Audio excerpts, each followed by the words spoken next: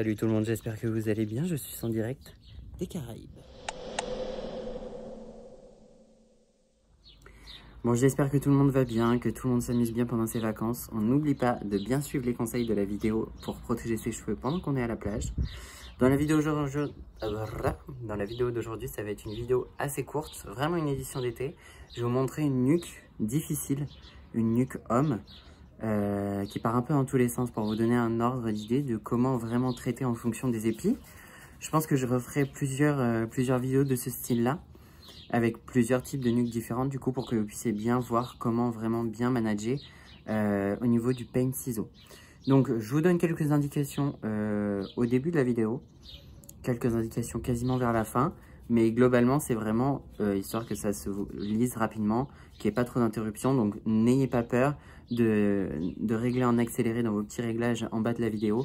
Vous n'allez rien manquer parce que je ne dis rien, tout simplement. Donc voilà, j'espère que cette vidéo va vous plaire et je vous retrouve à la fin de la vidéo.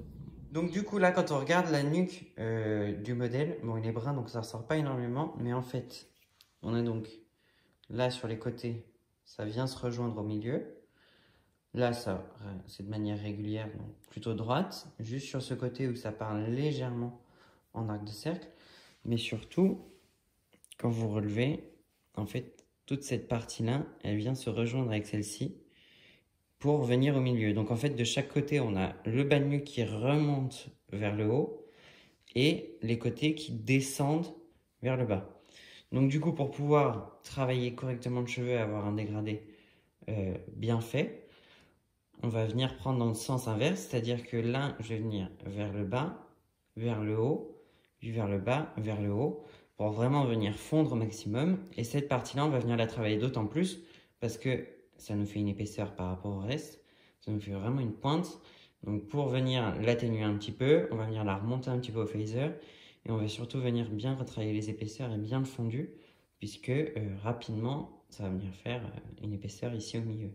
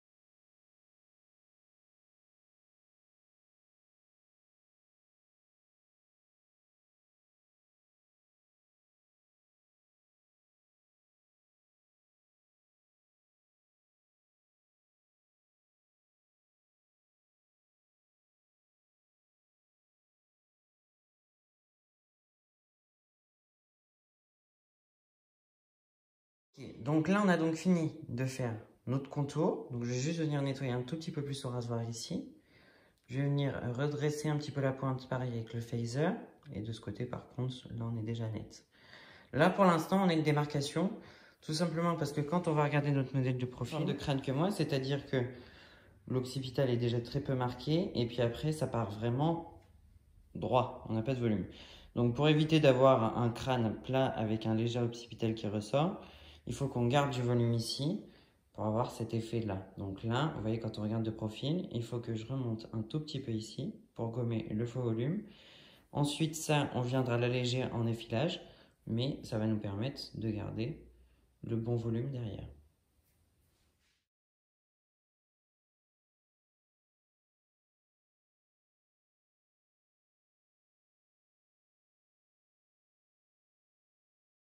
Ok, notre nuque est donc terminée. J'ai terminé la coupe hors caméra.